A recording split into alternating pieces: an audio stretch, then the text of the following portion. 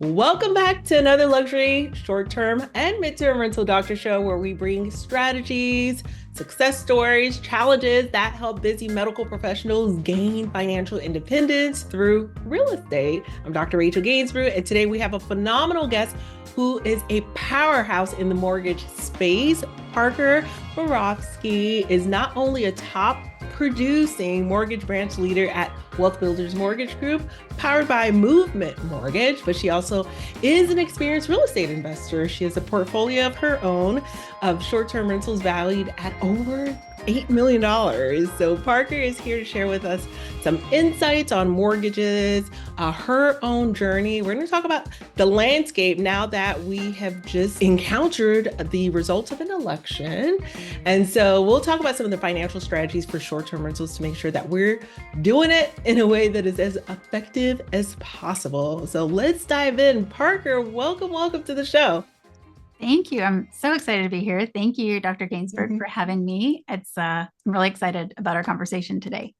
Well, thank you for joining us. You can just call me Rachel. It's all good. I wanted to ask you, Parker, so what initially inspired you to get into real estate investing, specifically short-term rentals?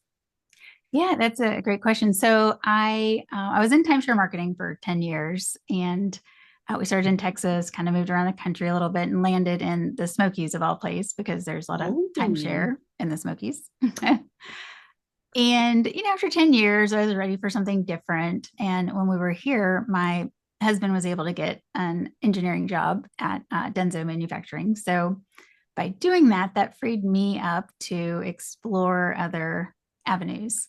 And so I decided I either wanted to be a real estate agent or go into mortgage.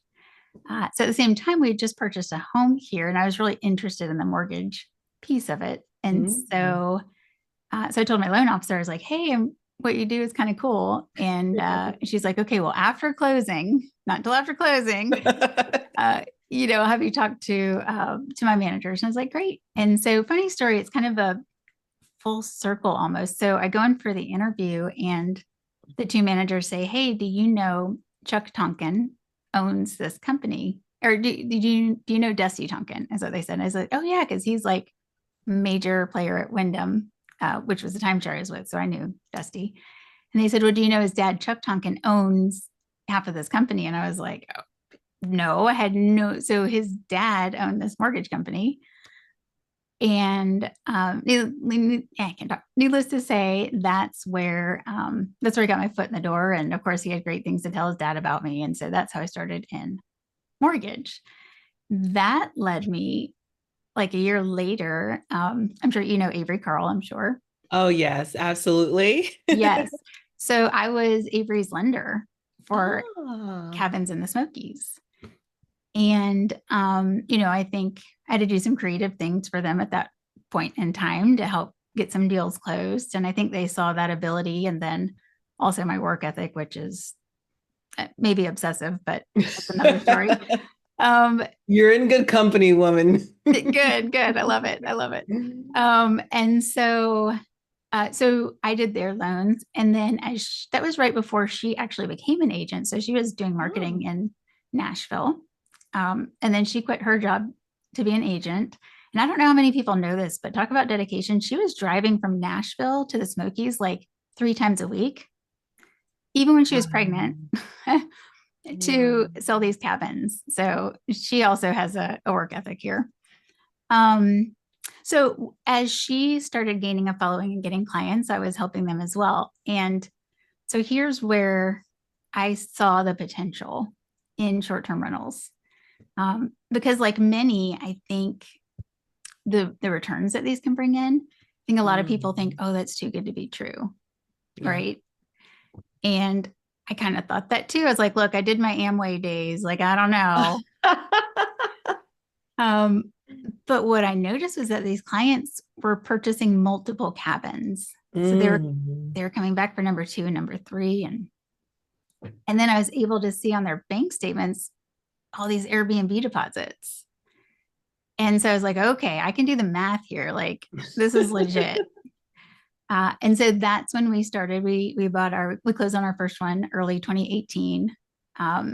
And then it just kind of exploded from there. I tell people it's a little addictive, so be prepared. I love it. And there's nothing like seeing the bank statements for yourself. That's why I love speaking with like CPAs who are investors as well, because they have seen the proof of what this strategy can do for you and for your life, essentially. Absolutely, 100%. All right. So I alluded to this in the very beginning, and I don't want to bury the lead. So we have just gone through an election, and right before we got into the showroom, we're in the green room, and I was asking you, Parker, how does the election impact interest rates? Would you mind sharing with the audience some of your thoughts based on your nonpartisan research and reading? I would love to hear.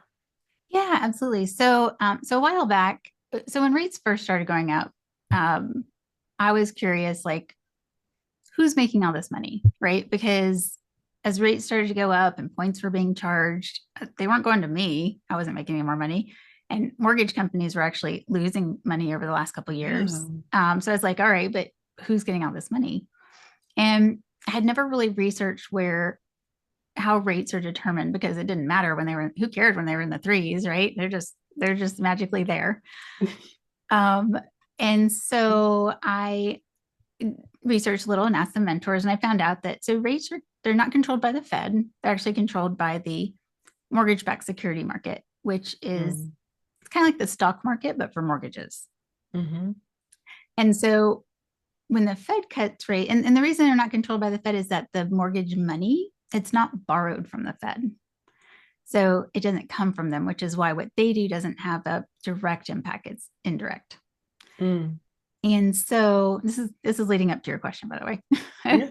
um, and so let's say when a residential mortgage company originates a loan, so they'll cover the cash at closing, they pay out the seller, all that good stuff. Well, these mortgage companies don't have deep enough pockets to sit on these loans for 7, 10, 30 years, however long before they get refinanced or sold. So then they sell these loans to, we'll just say Fannie Freddie, if you're doing a conventional loan. So they sell the loans to Fannie and Freddie, recoup the money so that they can go lend again. Mm, So kind of the same thing with Fannie Mae and Freddie Mac. They were always designed to be an intermediary between lenders and the market. And so what they do is they bundle these loans together and they go sell these on that mortgage-backed securities market. got Yeah. So then these investors, these are like countries like Japan, China, our government, big hedge funds are the ones purchasing these mortgage-backed securities because they're very expensive. Mm. At one point, I was like, well, can we just GameStop the mortgage-backed? Can we just all go buy mortgage-backed securities and bring these rates down? And they nicely laughed at me and said no. So I was Nice thinking, try. yeah, it's like solution. Hmm. And so now the investors so mortgage-backed securities are pretty safe investment. So, most people aren't going to default on their mortgages, so they're fairly safe. But what's safer than that is the 10-year treasury. And so the 10-year treasury and the mortgages have about the same lifespan on average, 7 to 10 years. Yeah. Um, so the same investors that buy mortgage-backed securities also purchase 10-year treasuries when they're looking for Mm. secure assets. And so but mortgages are still a little more risky than the 10-year treasury. So when the 10-year treasury goes up, mortgage rates have to go up as well, or else the investors aren't going to purchase them. And so there's a few other impacts, but that's the biggest factor in mortgage rates is what's going on with the 10-year treasury. So that being said, what's happened recently, because I'm sure like everybody, so rates dropped between July and actually dropped up until the Fed cut in anticipation of, and the market seemed to be doing better. But then after that, rates started increasing very rapidly. They've increased very rapidly over the last 4 weeks. Yeah. All of us have kind of had our heads spinning, like, what is going on? So again, and I was thinking to myself, how does a presidential election impact it, right? Because Yeah. no matter who wins, there's not a button they can press to make mortgage rates specifically go up or down either way. So I read a few articles, and what I found was that early on, and this kind of affected my thought of who was going to win last night, but the stock market and the markets were already factoring in and betting on a Trump win. Yeah. Now, and this was a nonpartisan article, it was like Market Watcher or something like that. So it Yeah. was just facts. And so because of that, I guess whatever he said so far on the campaign trail and policies and what he wants to implement, they were anticipating a big increase to the deficit. I don't know, it was like 7.5 billion or trillion, something along those lines. But because of that, that was going to impact the 10-year treasury market, which would then impact mortgages. Okay. So that's what's happened. I guess now it's kind of a wait and see Yeah. in terms of what actual policy comes out and how that impacts the 10-year treasury.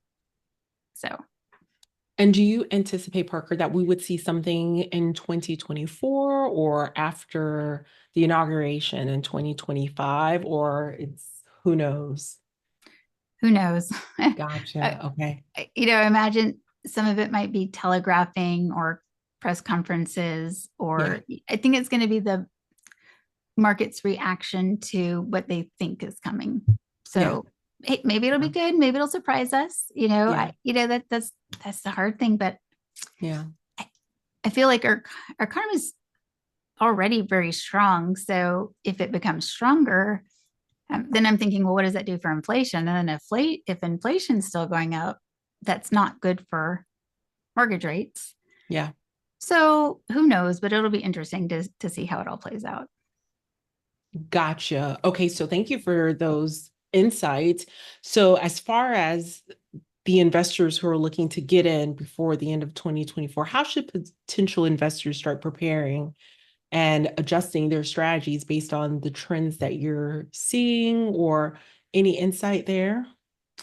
Yeah. So, I always say it's never a bad time to get into real estate, Mhm. just because everything's cyclical, right? Yeah. Kind Mhm. of like trying to time the stock market. You just can't do it. Um, and going forward, as far as rates go, I have a couple thoughts on it. So, number one, if rates stay high because inflation's high, eventually, I think the ADRs, the average nightly rates, are going to increase as well. I don't think Yeah. inflation's quite caught up with them yet because they're a luxury, Yeah. but it will. Yeah. And so again, I think it'll all even out at some point. Yeah. But in terms of rates, I'd say just kind of be patient. Rates aren't the end of the world, but do your due diligence. Make sure your deal is going to work. Make sure your return is going to be where you'd like it to be. Yeah. But I would say to count on higher rates for a little bit longer. Gotcha. And the interesting, I think, seesaw effect, I don't know if that's what you would call it in your industry, is whenever rates decrease, though, now we have another 2, 3 million potential buyers that enter into the marketplace now that the rates have gone down, and then we have the bidding wars. So what's that happy medium? I don't know. Yeah, I think that we might be in it now. I mean, even though rates have gone back up over the last 4 weeks, Hmm. they're still lower than they have been the last couple of years. Okay. So it took us back to about July of this year. So we're back to Yeah. where we were in July. Yeah. Um, I will say that when rates had dipped over the 2 months, there were quite a few people starting to trickle back in. Yeah. And I do think overall rates are still going to come down. So now might be that golden hour still where you can get Mhm. things at a little lower price, Yeah. um, and not have the bidding wars. So, Yeah. yeah. Yeah, we just closed on 2 properties in our community just this past month, and it was for lower than asking price. One was 570, we got it for 530. The other one was 750, we got it for 690. So Awesome. that, Okay. yeah, not too shabby. So I'm really, really excited about that. Okay, so Parker, one of the things that we do in our community, we're always looking for down payment planning and trying to figure out strategies to get that cash injection to build out our funding stack. Before we dive into the current mortgages that are available through you and through Movement, could you talk to us a little bit about refinancing options such as HE loans or any products like that that we can take into consideration when we're looking to get our hands on some sweet cash, some sweet moolah. Absolutely. Yeah. So when it comes to dipping into some equity that you may have on a property, depending on where your rate is, obviously, if you have a low rate from prior to rates increasing, the longer you can hold on to that, the better. So that's where the HELOC would come into play. We do have a HELOC product. Now, I tell people ours, it's a very automated system. It's fast and can be easy depending on your situation. But you'll probably find better deals if you go to a local credit union or bank if it's your primary home. But if not, I've had people have great success with ours. But we can also do second homes and investment, which is important. So sometimes it's difficult to find a HELOC for an investment property. Ooh. So I'm happy to talk to anybody who needs help with that. We also just rolled out, I haven't even closed one yet, but I'm really excited about it. We just rolled out a HE loan. So the difference is the HELOC is revolving credit that you can have. So let's say you can take out 300,000 in equity, but maybe you only need to use 100,000 of that. And then you could pay it back, reuse it, or then you have extra if you wanted to dip into more later. And then what's nice is that you're only paying interest on what you've actually borrowed at that time. So HELOCs are great for that. Sometimes the rates are a little bit higher because of that, but they're not crazy. So it's always a great option. The HE loan is more like a true fixed second mortgage. So it's not as flexible in terms of being revolving where you can tap into it and pull more out. It's just a fixed loan. And you can choose the terms that, 10, 15, 20, 25, 30 years. There's different terms that you can do on that one. Sometimes it's easier to get into that type of product, depending on your situation, than a HELOC.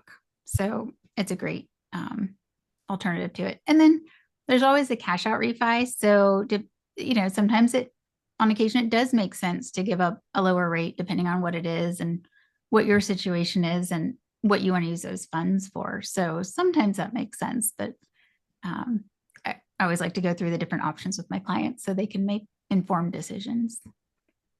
Okay, so that's really, really interesting. So let me ask you this. Does the HE loan impact our current interest rate?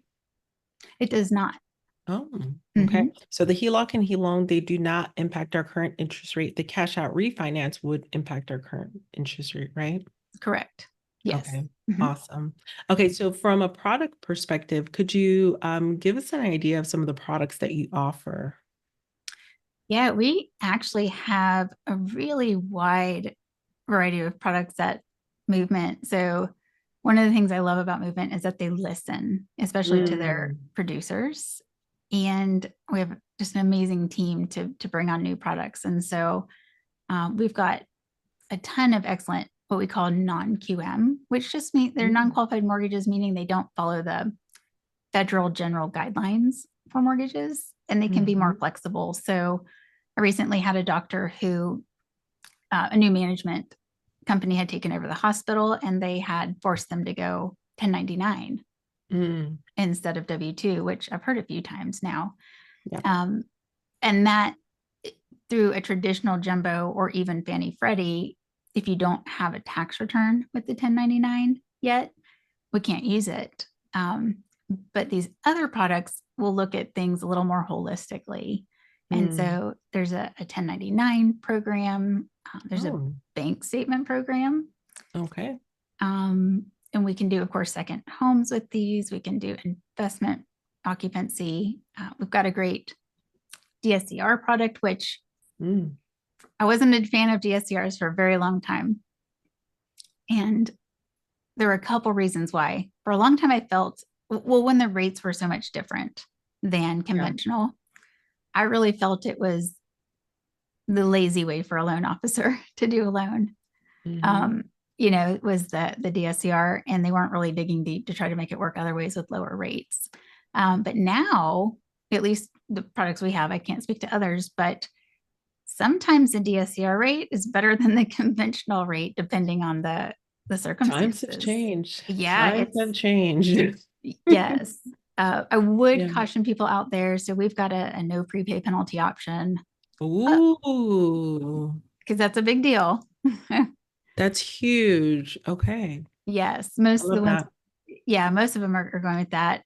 We also have a 1 year prepay, which depending on what's going on, like a few weeks ago, that was down to like 6.625. It's not there now, but it was. Um, but that encourages me because I feel like, okay, if we were just there on a 1 year Mm-hmm. prepay, we'll get back to there hopefully sooner rather than later. That bumped it up to somewhere in the low sevens now, but it was still encouraging that it got that low to start with.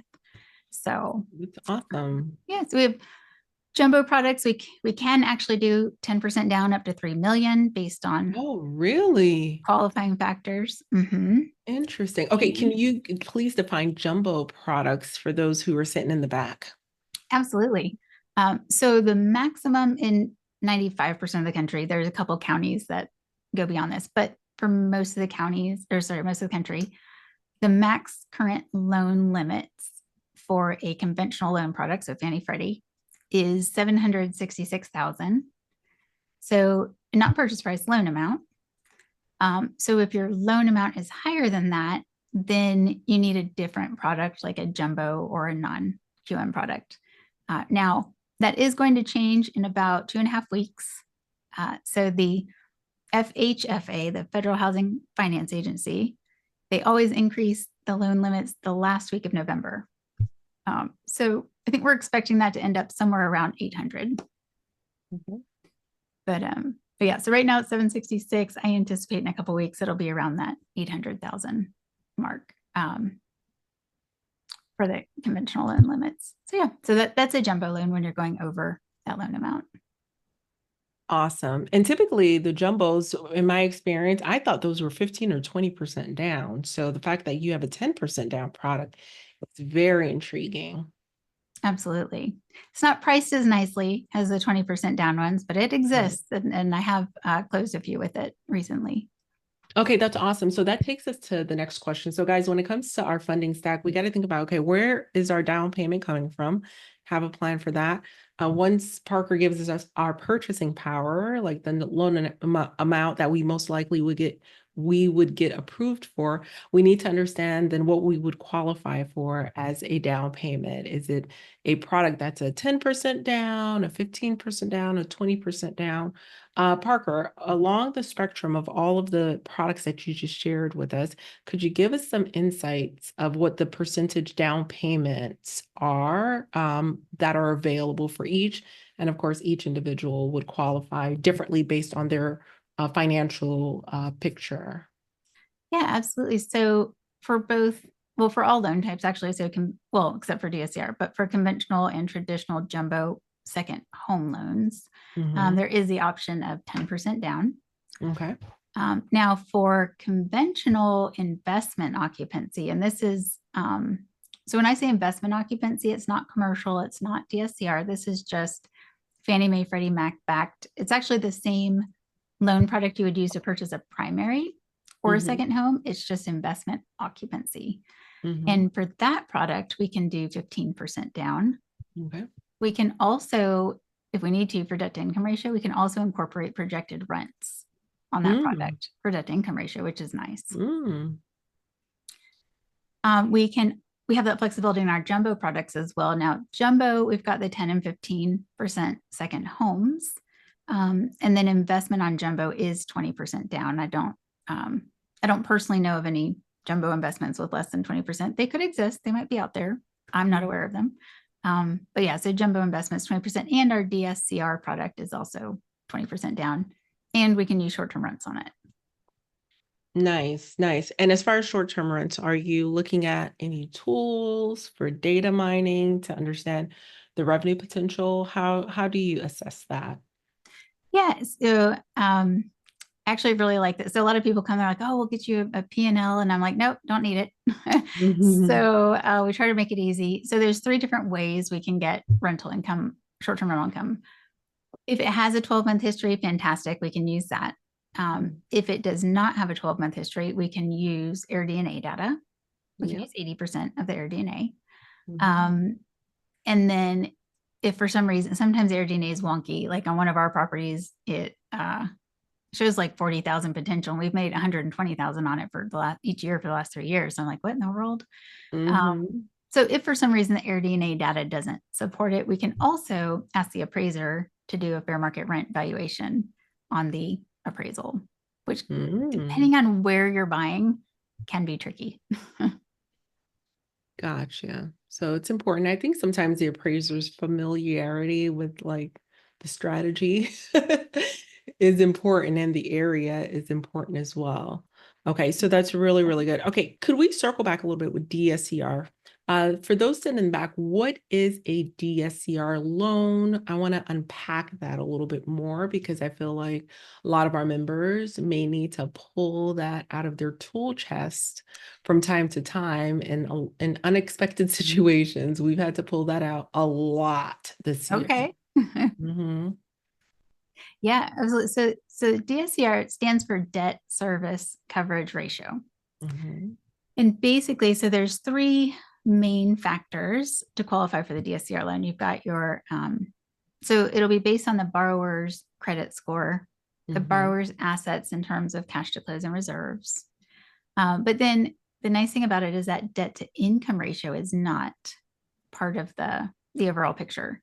So debt Okay, to let's income say ratio, that one more time because yeah. I think people gloss over that. I think that's the secret sauce of the DSCR. So yeah, so DSCR does not take your debt to income ratio into account.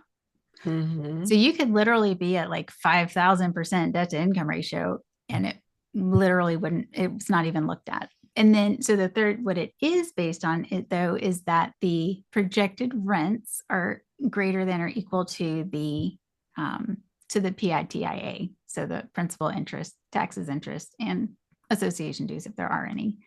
And so that's where we would use that data, either the air DNA, the appraiser, or a rent history in order to qualify.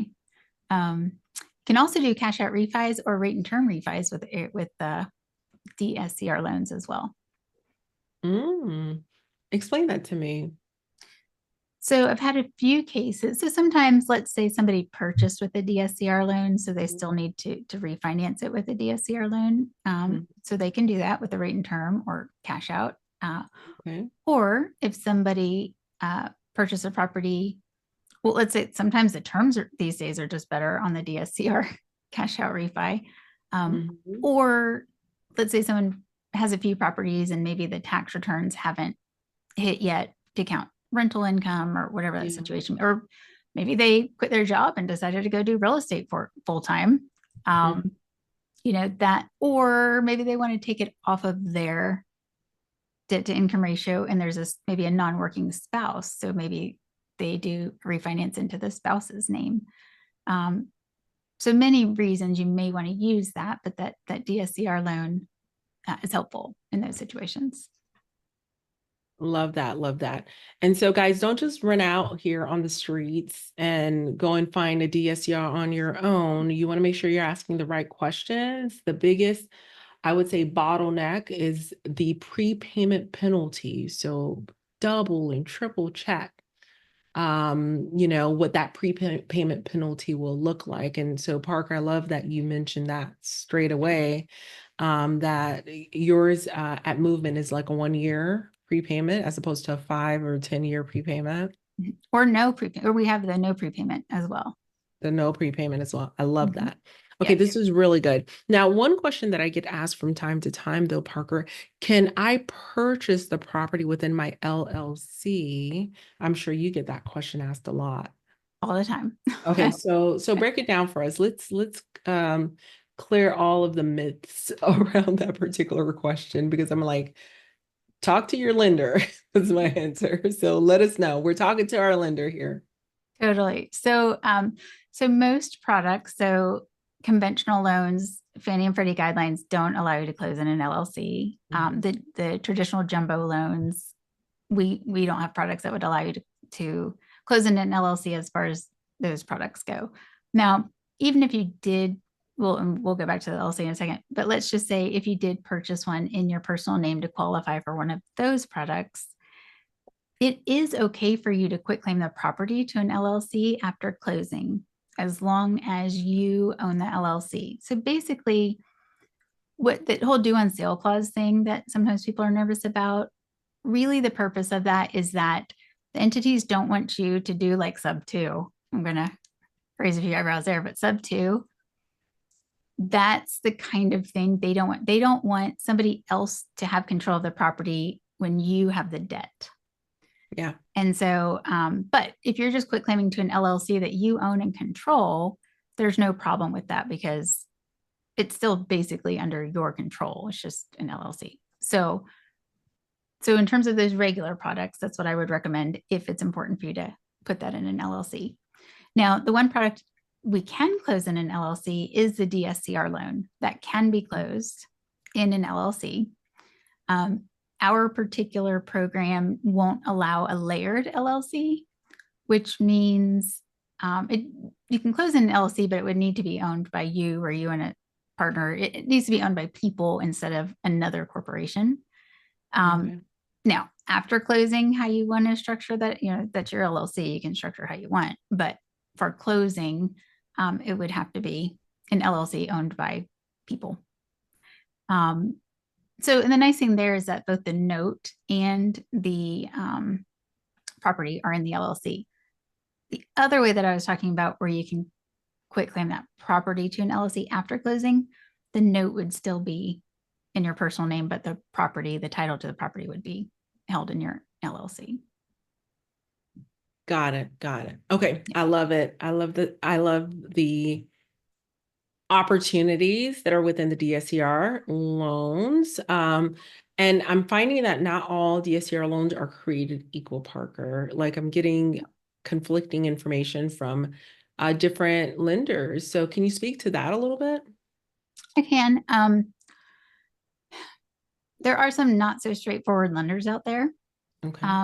And you had a great point earlier about really important to ask the questions because I can't tell you how many, so brokers can and I don't want to say all brokers, but there are some that have come to me after they started a loan saying, oh my gosh, they just tacked on all these fees. So there's some that just aren't upfront with their fees and they, people find out towards the middle or the end, and it's usually brokers. It's not usually lenders. So we're not a broker, we're a lender. So we underwrite in-house, we fund at closing. We're not a middleman. It gets sold to a different investor, whatever we underwrite it to, but we process the loan. Brokers act as a middleman, and there's usually a brokerage fee. So at first, here's an example. I had someone come to me, and this is even just a conventional loan, but I think I was at like 7.5 with a point at this time. And they're like, oh, hey, this other guy can get me 699 and no points. And I was like, well, I can't, I just can't do that. I don't have the ability. So he started that process with him. And like 4 days later, he came back to me and he was like, oh my God, there was like $30,000 in their origination fee. And there it is. There it is. I was like, well, welcome back. Surprise. Yeah. So I would check on that. And some of these DSCR lenders will try to talk people into prepay penalties as well, which based on the trajectory of where rates are supposed to, if we were in a different rate environment, that may not be so bad. But rates, even with the uncertainty in the election and all that, rates are still projected over the next 12 to 18 months to decrease. So I don't think it's wise to get into a prepay penalty more than 12 months. That's my personal advice on that. But yeah, so really kind of, you also want to, another thing people have come to me about with some of these DSCR products is that somewhere in the middle of the process, suddenly these other loans, they might have a problem with short-term rental income. And instead of 20% down, now they have to put 25% down. Ours, we can do 20% down, use short-term rental. There's no quandary to having to put 25% for short-term rental. So those are just some things that they may come across out there. So just make sure to ask good questions and make sure you feel good about who you're working with and you feel like they're being upfront with you. Yeah. I love that. I mean, you just gave us 3 different scenarios where things weren't as they seemed initially. And I find that inside of our community, we have a mastermind of over 2,400 individuals that have gone through, and It's sad because you provide them a list of resources. You say, hey, go and chat with Parker. And then they come back and they will tell you something to the effect, oh, I got a better deal off the streets. It's like, okay, stranger danger. Who did you speak with?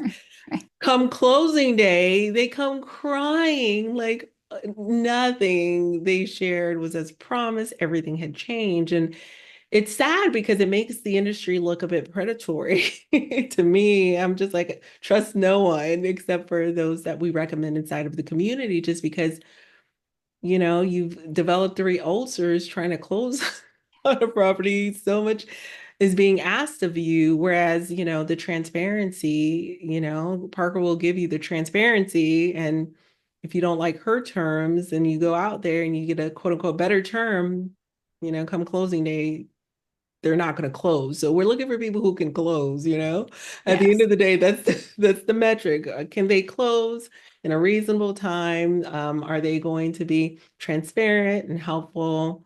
So to me, that's the biggest differentiator between, just some of these big box ones that are, online that you don't have a relationship with. I agree 100%. Yes. And to your point, the industry shouldn't be predatory, but there's a portion of it that is. Yeah. Yeah. Yeah. All right. So, Parker, what would be some of the first steps that you think someone should take when they're looking to secure that first property? I tell my members, if you want to be taken seriously by a realtor, you need to have a pre-approval letter in hand. So, what does that process look like for a newbie getting started with their first investment property? Yeah, absolutely. So I think the most important thing I'd like people to know is that lending and qualifying, it's a little bit of an art and Mm. it's a big math equation, basically. So it's a lot of math. And so in order to really find out, and whatever, please don't Google debt to income ratio, try to figure your own debt to income ratio out because it's not as simple in most cases, unless you have a very vanilla situation, you get paid this much every month, and these are your monthly debts. You might be able to figure it out. But those of you who have bonuses or get paid restricted stock units or are self-employed, like just don't let us do the hard work for you. um, and so, for example, for my process, when people set up a call with me, I like them to complete a loan app before we talk and upload at least any, I don't need assets. And, I try not to ask for a lot of documents up front, but I do need some of the income docs so that I know exactly what we're working with. The other thing is like these products have different guidelines. And so like our jumbo product, we probably have 20 different jumbo products and each of them has just a little different. There's like a little gotcha, or there can be, and each of them, like I just have one now. And apparently for that particular product, we're not supposed to do a second home in an area where they own another property.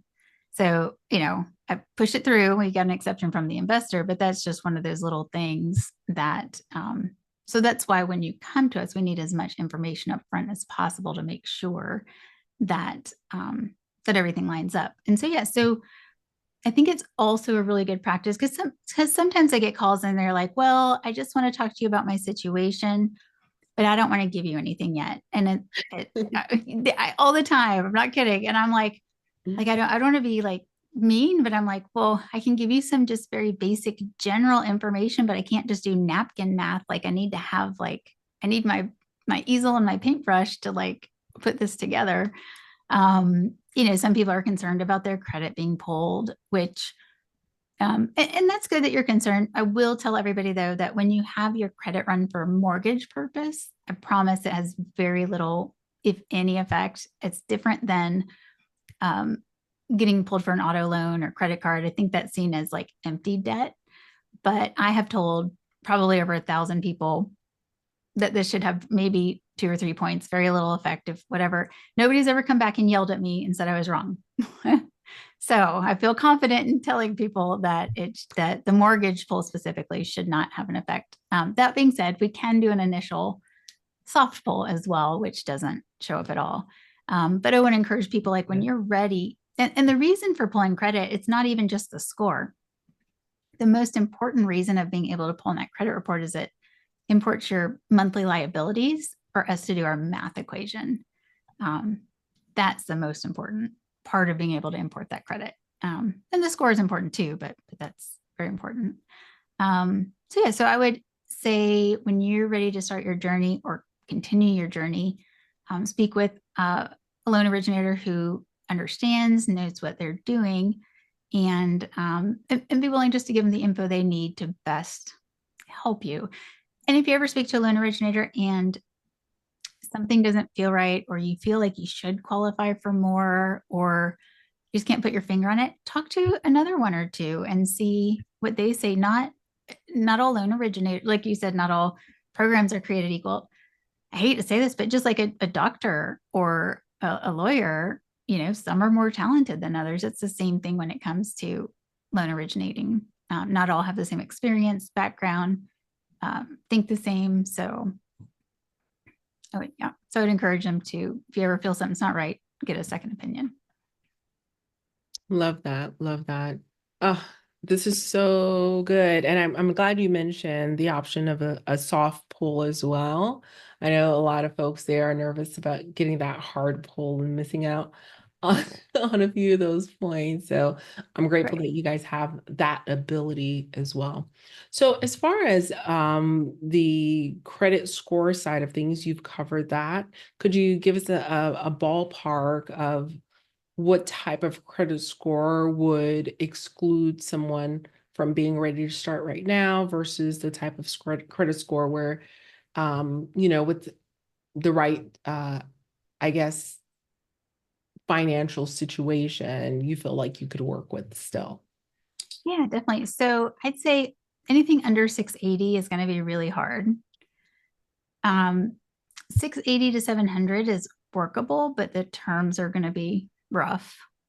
Okay. 700 to 740, your terms are getting better there. Once you're over the 740 hump, things get a lot easier. Okay. And then most of these products are going to have the best rates at around 780 and above. But between 740 and 780, there's not much difference there. So I wouldn't kill yourself to try to get the 780. Yeah. So, and here's something else too. So a lot of people don't realize this until I talk to them. Your FICO score is not your mortgage score. Okay. So we do pull when we do the regular. So the soft pull will just pull one of the bureaus in. When we do the full pull, we'll pull all three: Okay. Equifax, TransUnion, and Experian. It's a slightly different algorithm than the FICO is. So whenever you get your credit pulled for insurance, to buy a car, to get a credit card, they're all slightly different models. Okay. And the mortgage scoring tends to be a little more conservative than some of the others. So sometimes the score is a little bit lower than what you see on FICO. Occasionally it's higher, but most of the time it's people will be like, what? But how is it 792 and I see 815? And I'm like, look, you're fine. It's in the same bracket. Mm-hmm. So that's why it's also hard to just go on. If you guys are like, oh, my FICO is this, maybe your FICO is 747, but your mortgage score is 712. That could be a big difference in interest rates. Got you. Got you. So as far as pulling the mortgage FICO, that's something that you have access to internally, or is there a tool that we can check for ourselves what that looks like? I think I've had a couple clients. I have not looked into it. I think there Mhm. is some kind of tool online that will do your mortgage score. I don't know if it's part of Credit Karma or something different, but if someone Gotcha. searches enough, they might be able to find it. Okay. Probably someone at Reddit knows. I'm sure. Yes. Yes. I'm sure. Yes. Totally. Totally. I will also say we do have a rescoring option. Oh, So okay. if you're a little on the fence about your credit and we pull it, and it's not quite, let's say it's at 712, right? And you want to get it to Yeah. 740. I do have a simulator I can run. And a lot of times in those situations, it might just be paying down a credit card. So Oh, that's revolving good. credit, revolving credit has the biggest impact on your score, Mm-hmm. almost more than anything else. And here's the secret there. So the creditors, so credit card companies and so forth, they only report balances to the bureau once or twice a month. Okay. And then the bureaus only update it once or twice a month. So you may pay your credit card off in full, but if your balance is high, if it just happens to be high when it's reported, it's going to knock your score down. Mm. And so sometimes when I do that simulator, it's like, oh yeah, you just got to pay, $7,000 down on this card, Mm-hmm. and that'll bring it to 743 or whatever it may be. Yeah. And then we can do it if say you're under contract, then we can do what's called a rapid rescore, which is Mm-hmm. where we get that info. We send it to the company we use to do credit, and they force the update with the bureau. So you don't have to wait till the next cycle. So, Oh, that's wonderful. Okay, I yeah. love that. Yeah. Oh, that's so good. Okay, so Parker, one of the things that our community struggles with, and we would love some insight and tips on if there's any options to overcome it, is a large amount of student loan debt. Could you talk to us about that a little bit? Yeah, absolutely. So on student loans, a lot may still be in deferment.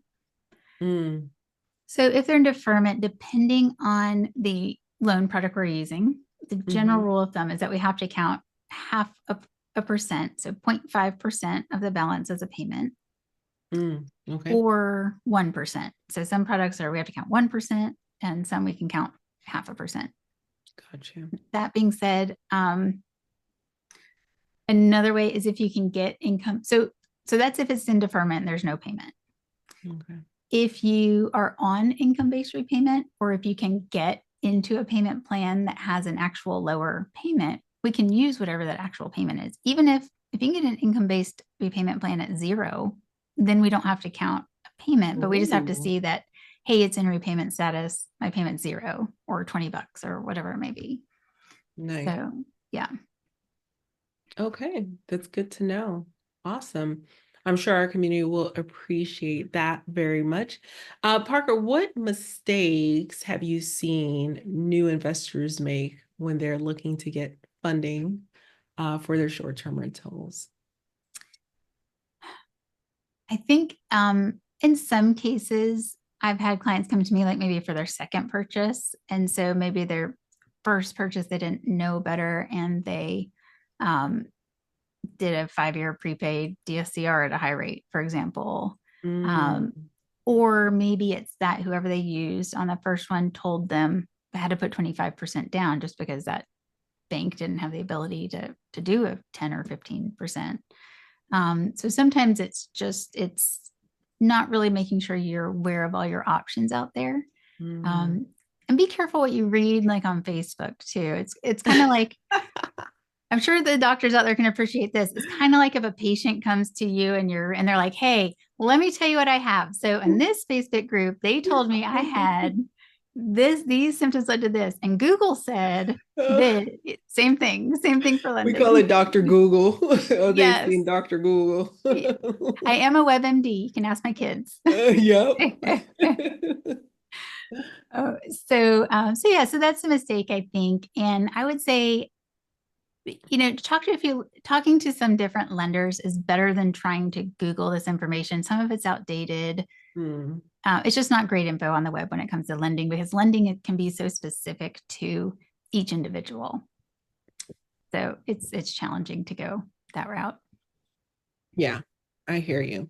And Parker, so when it comes to the debt to income ratio, and we're thinking about building a portfolio, say of 3 or 4 or 5 properties, we believe in the less is more. I have the two-door strategy. I believe 2 doors could radically change your life, and then we can build from there. Do you have a formula on how to kind of architect that portfolio, the types of loans that you would look at? Okay, do this first and then the second. Like, what's your favorite formula? Yeah, so I've kind of built my career on being able to figure out how to get people into conventional and regular jumbo loans Mm. because of the terms and the rates. Now, that being said, now I'm a little more flexible on it since things aren't so different between the loan types.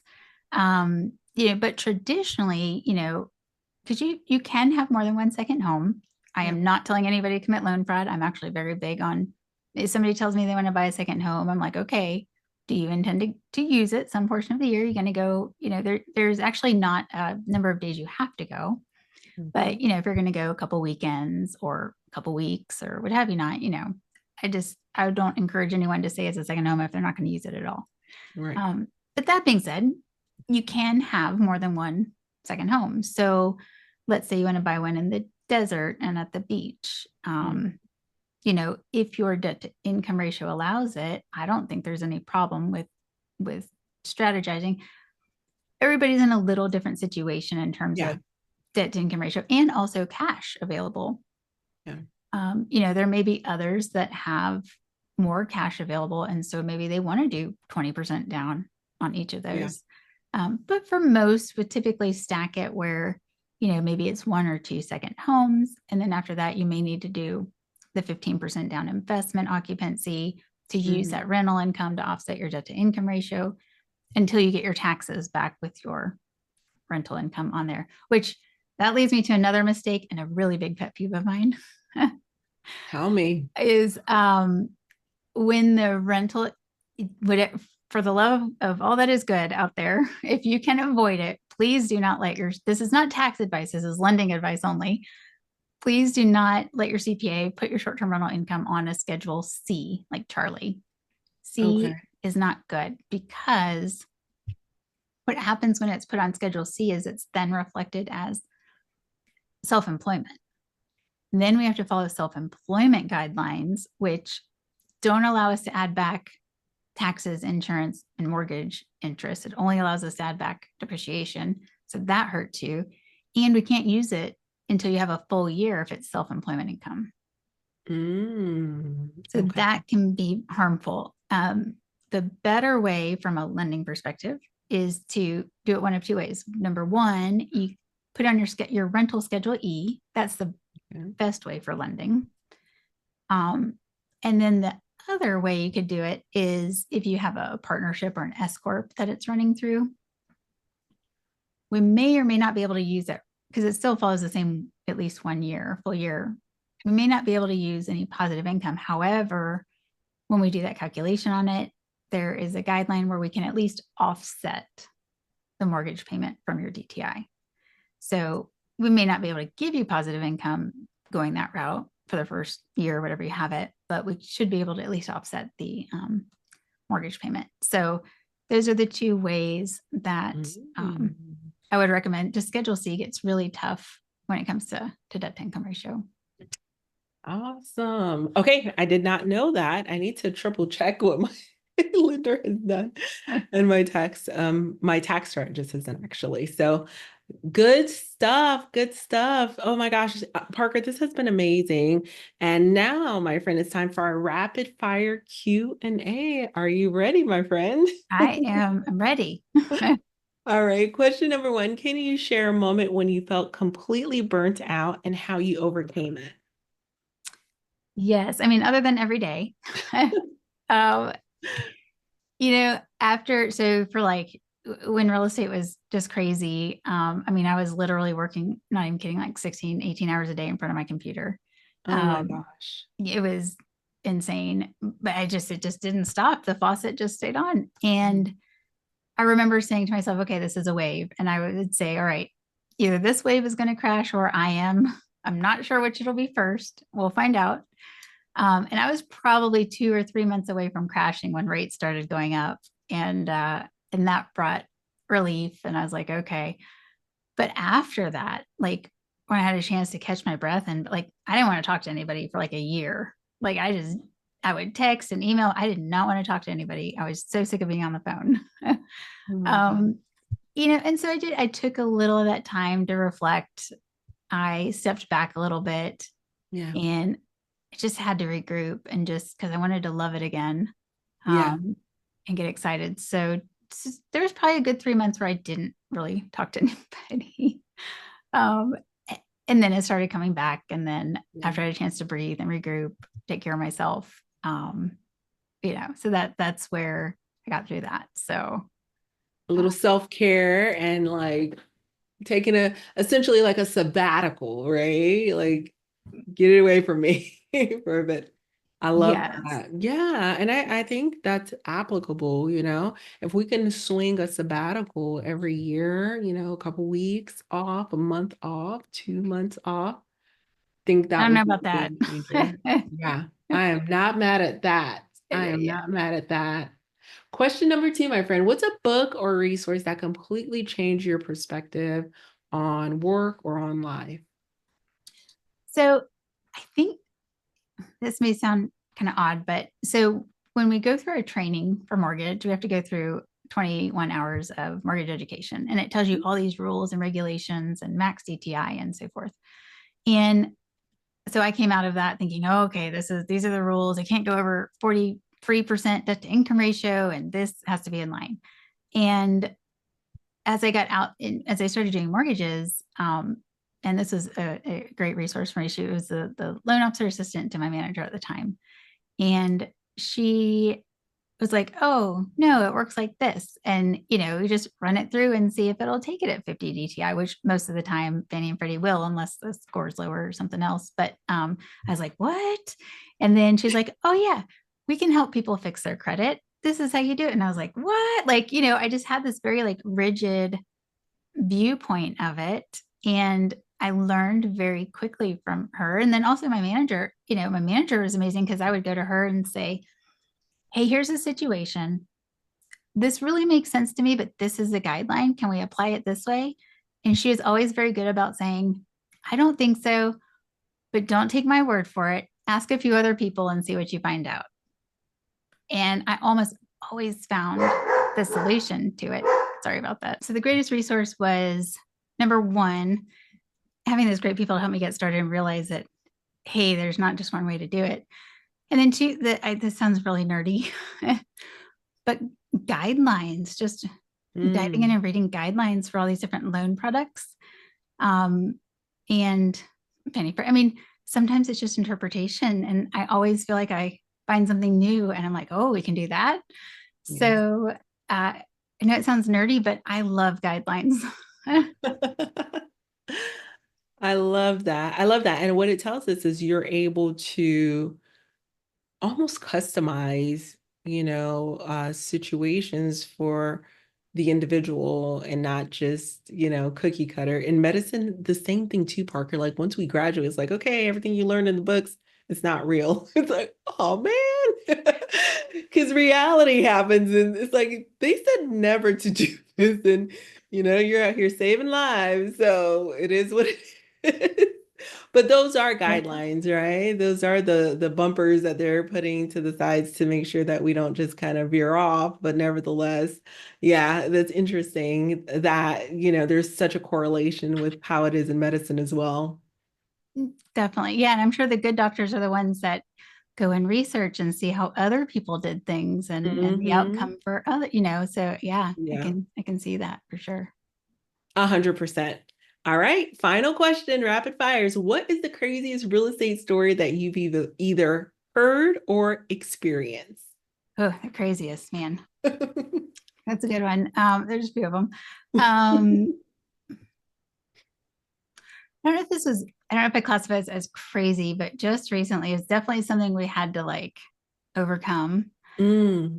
So this was, so you also have appraisals, which that's a whole podcast of its own, right? But so in this situation, this was a deal where there were 3 cabins on one parcel, which, oh boy, yeah, which normally is no problem. I've done this before in the Smokies. I did one in Pennsylvania. I do it in the Smokies all day long, like not a problem. Okay.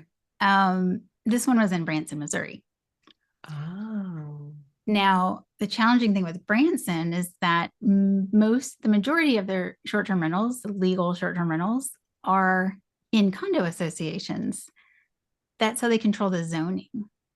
So even single-family homes that are detached are considered condos there because they have to be in these associations to be eligible to do short-term rentals.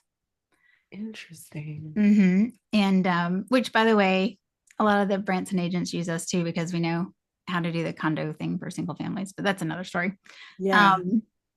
Now, this particular property happened to be outside of a condo association, which is great, right? Few restrictions, you don't have to deal with the whole condo thing. But there are 2 things that made it really unique. One was that you could do short-term rentals on it in an area where others couldn't. And number 2 is that it was a 3-unit property. So when it comes to appraisals, you have to have at least one so we would have had to have at least one 3-unit property. The others might have been able to be 2 or 4. They could be a little different, but multi-unit also. And there were a couple others, but the value wasn't going to hit because those properties you couldn't short-term rent. Yeah. And so the appraiser, after 3 weeks, that's another thing we can't control. That's the one part of the process we can't control as appraisers in the appraisal. Yeah. And this appraiser knew going into it, it was going to be hard because they charged like $1,500 for it. And so they needed 3 weeks. So they knew already what the assignment was. Yeah. So due date comes up and suddenly this appraiser can't complete it as a 3-unit property. I'm like, really? You couldn't have told us this a week or 2 ago? Yeah. And, but again, I was like really paying attention. And this is something I feel like I do well, as I was listening to I was reading into and really listening to everything that was said. It was written, but I was reading into it. And the appraiser wanted to appraise each of them separately. Oh. Which we couldn't do. Okay. As a 3-unit purchase. Because if we're closing it as a 3-unit deal, they can't be appraised separately. They have to be it has to be 3-unit. But when he wrote that, he said, well, there's lot lines already for each of the units. And I thought, oh, well, if there's lot lines already, I wonder how difficult it would be to separate these. Mm-hmm. I didn't know, like, is it a thing where they can just separate it and call it good? Or is this something that has to go through like processes or the county or, what have you not? Permitting, zoning, all that extra stuff. Right. Okay. So I reached out to the agent, who was amazing, by the way. This agent was really awesome to work with. And she reached out to title and they found out, there were lot lines already existing for these. So it would like take a week and they had to have a survey out there anyway. So it was really super easy to split them. So then we got those split, had to kind of walk the borrower through what that meant, what that looked like. And then went back to the appraiser, took another week to get this done. But then they had challenges with that too, because the value, even the single family, were kind of hard to value. So I really had to get in there. We had to work and get them comps in the area. And, meanwhile, we have to be careful because there's a lot of red tape. We can't look the appraiser in the eye. You can't talk to him directly, whatever. So we're going through all this. But, but at the end of the day, it all got squared away. I had to get some management involved to solidify it. But we finally got it done. But that was like just insane, having to go from the 3-unit to the 3 separate and then figure out how to just get it all come together. But we did, and they closed. Goodness gracious. There's so much of this going on behind the scenes sometimes, right? And I know as a end user, a buyer, it's like, what's the holdup? Where's the appraiser? Something went wrong. Please try again. Hey, Siri. Okay, Siri. Hey, Siri. Hey, girl. Oh, yeah. And trying to calm the nerves. Yes. Of the buyer. Mm-hmm. Yeah. Oh my God. So there's some psychotherapy that goes into being a lender as well, I'm sure. Goodness gracious. So Parker, this has been amazing. I can't thank you enough for your insights on financing, on short-term rentals, the ins and outs, and because this really is invaluable information that will help our members transition into financial independence. So for our members, Parker, would you mind sharing how we can best connect with you? We'll most definitely add all your information in the show notes. Yeah, absolutely. So my website is wealthbuildersmortgage.com. So wealthbuildersmortgage.com. And on there is a link to my Calendly app. So if you want to set up a time or set up a call, I have there's a Q&A on there. If you just want to talk to me for a few minutes, happy to do that. And also pre-approval. So if you want me to really kind of dive in, look at your situation, happy to do that. Love that. Guys, that's wealthbuildersmortgage.com. Again, we'll add that to the show notes. And I want you all to remember that real estate investing, it truly is a journey. You want to have the right knowledge and the right support because that's what makes all the difference. Until next time, guys, I'm Dr. Rachel, reminding you to keep building towards the life that you want, stay inspired, and keep investing in your dreams. I love you all to the moon and back. Bye-bye for now.